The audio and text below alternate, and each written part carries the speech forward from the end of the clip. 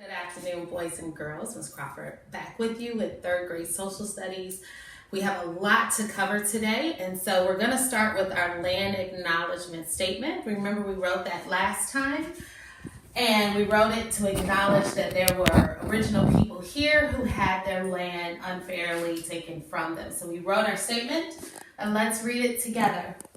We would like to acknowledge the ancestral territory of the mound builders in Osage. It is important to recognize not only their land, but also their elders of the past, present, and future. They were removed from the land we live on unfairly. We will continue to learn about Native people and other cultures. All right, so we have talked about the first Missourians, and some of them that we talked about were the Paleo and Archaic, who came over the land bridge and came into Missouri. We have the Woodland and the Mound Builders. Last time, we talked about European immigrants who came to Missouri, and they came for new life, religious reasons, to find gold. Do you remember what they found instead? Yeah, they found copper. Farming and fur trading. And we had the Spanish and the French primarily in Missouri, and Hernando de Soto was the Spanish explorer who came about 50 years after who? Yeah, Columbus. And we had Marquette, Joliet, and La Salle who came on behalf of the French. And the French were main settlers here in Missouri. Do you remember the first permanent French settlement? Yeah, it was St. Genevieve, right down here, just south of St. Louis. And then St. Louis was the second, and then we also have Kansas City. So they had some negative effects and positive effects for Native Americans. There was disease that was brought. They traded unfairly. They took over land. But they introduced the Native Americans to things like weapons, which was interesting because they had a new way of defending themselves. And they bought glass and mirror. They had never seen that the Native Americans hadn't. So today we're going to be talking about enslaved people in Missouri. I want you to take a listen to something. Do you recognize this?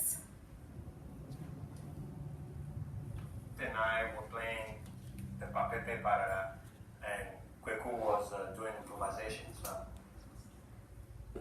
Let me go back some. Thought I had a set.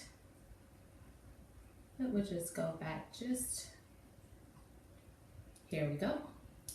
Now see if you recognize this.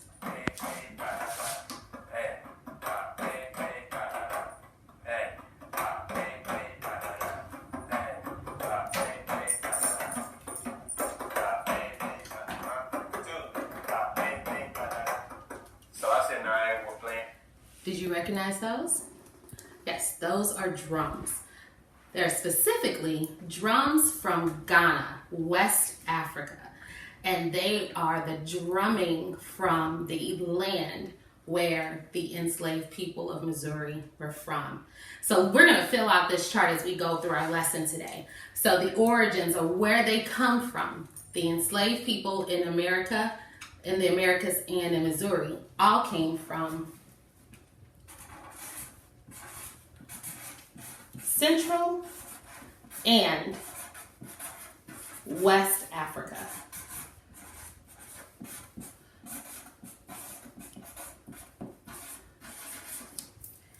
Okay, so Ghana is just one of the countries where they came from. When they were brought here, they were not brought here because they decided to come. They were brought here because they were stolen from those West African countries.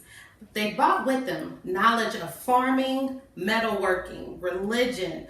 Also, they brought their culture, their music, their language. So today we're going to learn about those enslaved people. And so let's start talking about their arrival. So we had somewhere in the 1400s where the Portuguese were already in Africa, in those Central and West African countries, and they were trading with African tribes. And so they always had slavery. It was one tribe battling and fighting and conquering and winning against another tribe. And so there were levels to it. And it was part of their society. So the Spanish, during this time, were over here in the Americas, in South America and in Central America. And the Portuguese found out, let's talk about where Portugal is. So we're talking about Portugal right here in Europe. It's a European country. So we have Portugal, Spain is in the Americas, Portugal is in Africa. Portugal was in Africa, and in West Africa, and in parts of Central Africa. Spain, which is a European country here, was in the Americas. Well, Spain was needing to have laborers to work here. They had tried to make some of the native people slaves, but it didn't work. The people were getting sick. Remember, we talked about they didn't have the immune system to stay healthy with these new diseases from Europe. Well, since they had already been with Portuguese traders and merchants, the Portugal merchants made deals and trades with African tribe leaders to take some of the slaves to South America and to Central America. What happened was they stopped making the deals and started stealing people themselves and taking them. And then we have the beginning of what we call the triangular trading. Okay, so let's look at the triangle. So if we have this starting off in Europe, and we have Portugal, Spain, France, and England gets into trading for slaves as well. So if we look, we have first coming from Europe to Africa, and then we have Africa, and this was trading for goods, right? For spices and goods and materials. And then we have to South America. And this trade right here was for people, specifically Africans. And this is known, from Africa to the Americas, is known as the Middle Passage.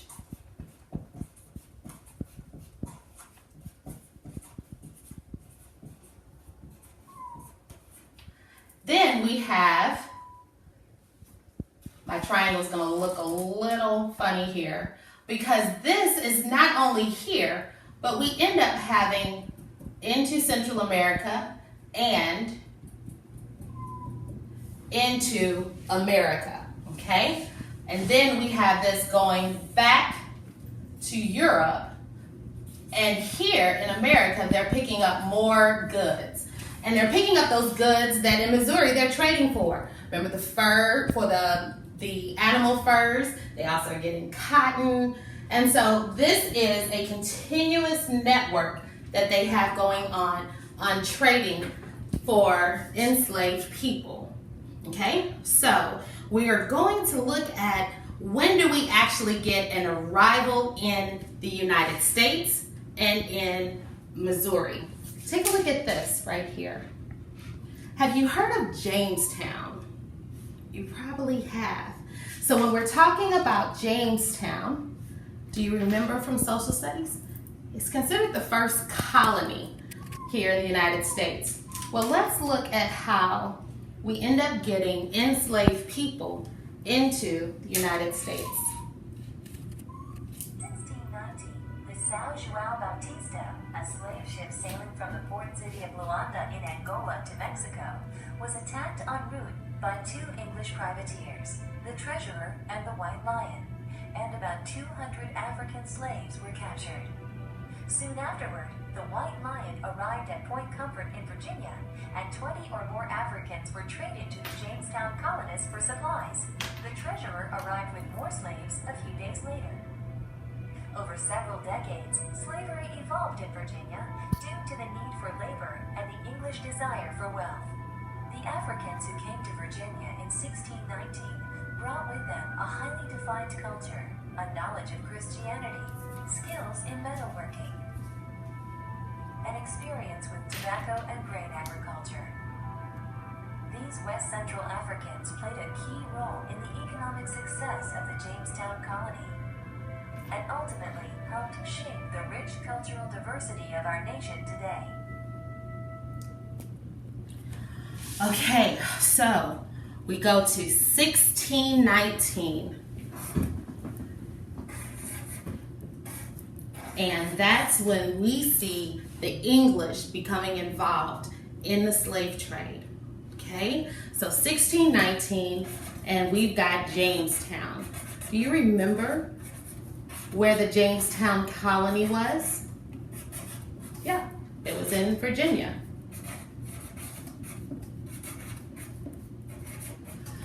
Okay, so now we have them here in America. So how do we get them that they are in Missouri? How do we end up with enslaved people in Missouri?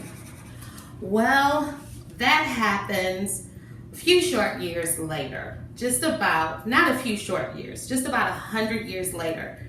We've always had enslaved people who were with their owners coming into the Missouri Territory.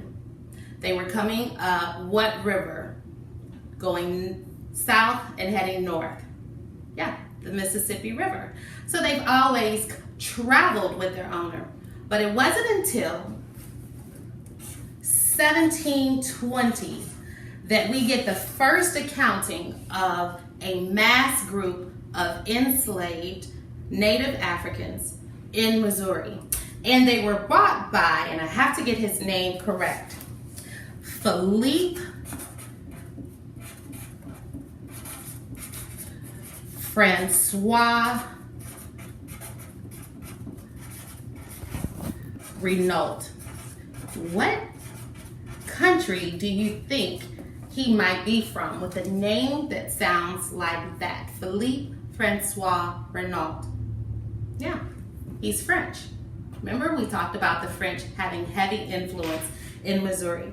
He actually, if we take a look at our map, he was around here in the Caribbean Sea, and he was in a country, but is what is now known as Haiti. And he brought them here to work in lead mines. That was their first forced labor in Missouri, was lead mines. But it wasn't the only thing they were forced to do. They were also forced to work in some other areas. They were working, tobacco. They were working on docks, on the banks of the river, and on the ferries that were traveling up and down the various rivers in Missouri. Remember, we talked about that in the very first lesson that we had about Missouri. They also were just working on farms, just in general. Okay, so wow, in just 100 years, we have enslaved people here in Missouri. So you would say, my goodness, enslaved people, what did they do outside of this forced labor? Well, they also fought. They fought for their freedom, and they had help fighting for their freedom. Right here in St. Louis, we had one of the most well-known abolitionists. That's a huge word. Let's write that word down.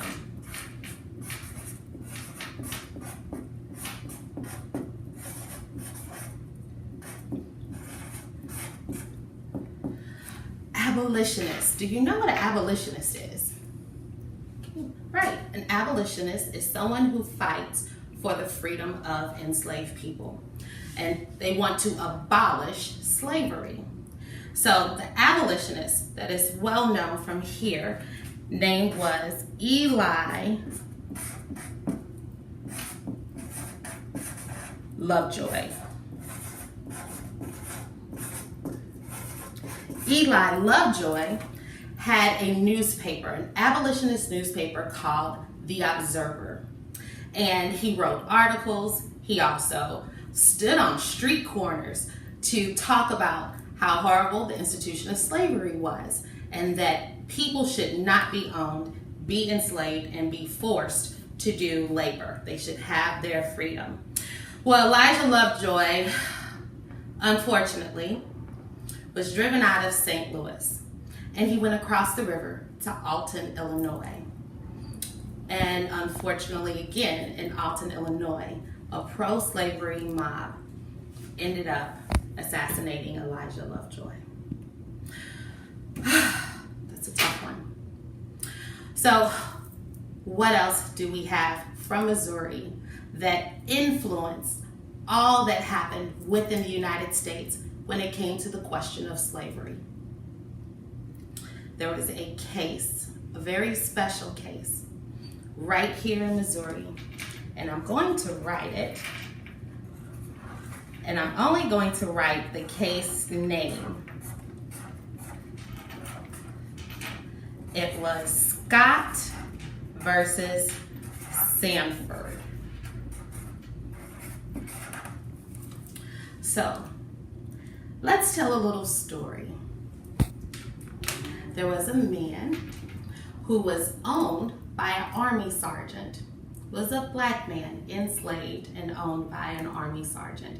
And this army sergeant was stationed here in St. Louis at Jefferson Barracks. And he got assignments to go to other places. He was a surgeon for the army. And then going to those other places, he went to territories like Illinois and territories like Wisconsin. They weren't states yet. So he went and he came back. He had a wife. Her name was Harriet, and he had 2 daughters. And when he came back,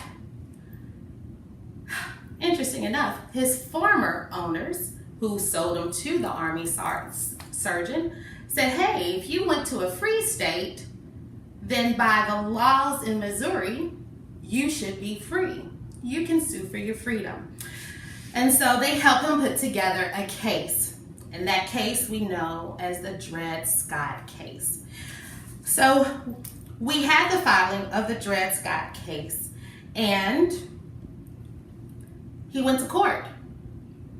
And the state of Missouri's Supreme Court found that he should not be given his freedom, that he should be kept a slave.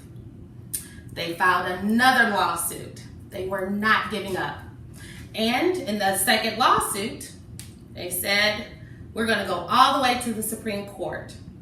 And the Supreme Court of the United States came back and unfortunately said that he did not have the right to file a lawsuit, and he did not have a right to his freedom.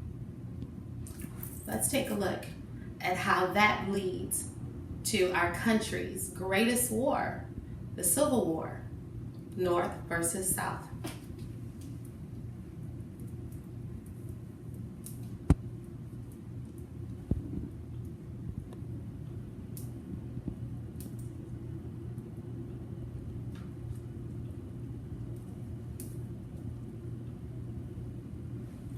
Can you see? On the morning of March 7th, 1857, the papers brought stunning news. Out of the blue, the Supreme Court had radically altered not just the battle over slavery, but the status of every black person in America. The case had seemed inconsequential. A Missouri slave named Dred Scott wanted the court to set him free because his master had taken him to live in Illinois and then Wisconsin territory, where slavery was illegal. Chief Justice Roger Taney saw the case as an opportunity to settle the question of slavery once and for all. In a sweeping decision, Taney ruled that Congress had no authority to prevent the spread of slavery to the territories. Most ominously for free blacks like Frederick Douglass, Taney wrote that blacks were so far inferior they had no rights which the white man was bound to respect, and that any free black might lawfully be reduced to slavery for his benefit. The Dred Scott decision had the potential to legalize slavery everywhere in the United States. In effect, it turns the entire country into a slave nation. So many abolitionists after Dred Scott said, you see, we've been telling you for decades that there's a slave power conspiracy out there of presidents, Supreme Court members, of Congress people, of bankers, of ship owners, to not only preserve but expand the system of slavery until it dominates every aspect of American society and economy. And now here's the Supreme Court saying slavery has an eternal future in the United States. The decision hung like a pall over the abolitionist movement, casting Douglass, most of all, into a deep depression. With an earnest, aching heart, I have long looked for the realization of the hope of my people. I have sought in my humble way to see in the distance the white flags of freedom, the time at which the cruel bondage of my people should end. But of that time, I can know nothing, and you can know nothing. All is uncertain.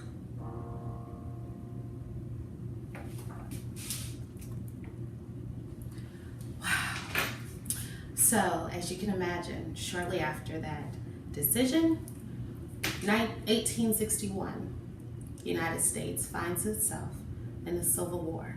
So something that happened right here to an enslaved person in Missouri is what leads us into the Civil War for the United States. Well, Dred Scott ended up getting his freedom. For he, his wife, and for their daughters. I'm going to say this, and I wanted you to think about how this might feel if it were you or your family members. He only got his freedom because he was sold back to the people that originally owned them, who then set him free. How do you think that might feel? Or how would you feel if your freedom and your rights depended on someone else purchasing you and deciding that you should have that freedom? Tough one to handle. So, as you guys know, we do have the Civil War.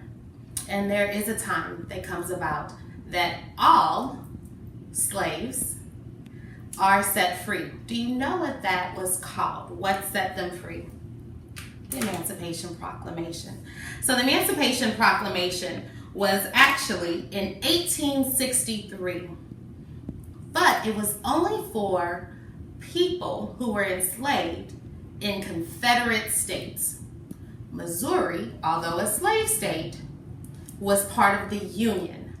And so enslaved people in Missouri were not actually emancipated until January 11, 1865, 2 years after the signing of the original Emancipation Proclamation. There was a vote in the state convention, 60-4, to abolish slavery, to make it illegal in the state of Missouri. So it took 2 extra years after Emancipation Proclamation and about 3 months before the end of the Civil War altogether. Okay, so that's a lot, right? To be taken from your land, arriving in a new land, being forced to work, and having to fight for your freedom. But the enslaved people and their ancestors, which I am proud to be one of them, are resilient. They built this country, not just buildings. They built towns, cities, they built the states. They built the economy. They invented things that we can't live without today. We lead, we create, we inspire, and we remember our African roots. I think we have time to learn how to do some of that West African drumming. Would you like to do that? Okay, so I need to take off my bracelet and my ring. And they're going to tell you, you don't need a drum. You could use a table. You can use your legs. They said they even use their heads. So take a watch and listen. And let's learn to play West African drums. So I name it pop. So we're going to try that. Ready? 1, 2, 3, 4, 5, 6, 7, 8, 9, 10. Just when you're hitting, just make sure your hand bounces off the drum.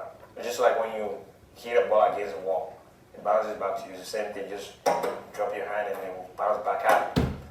Now the second beat is playing the outside of the drum. That is, you put your 4 fingers, the border right here on the edge of the drum, and your middle finger, it's like almost towards the middle of the drum.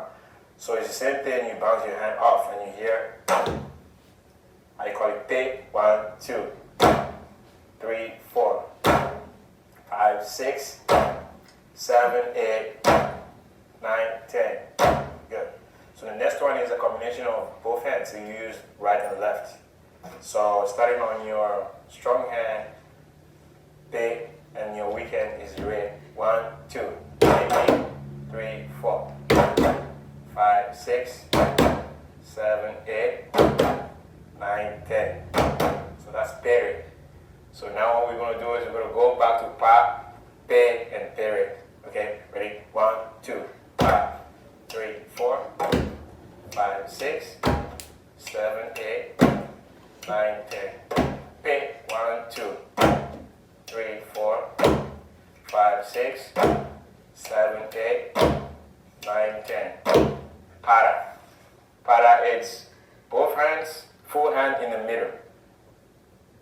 Para. P-A-R-A. Para.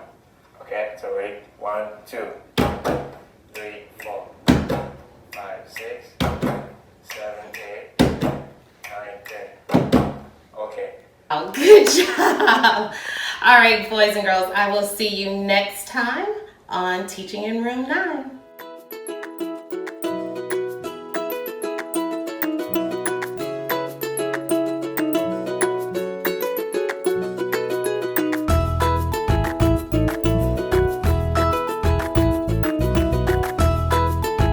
Teaching in Room 9 is made possible with support of Bank of America, Dana Brown Charitable Trust, Emerson, and viewers like you.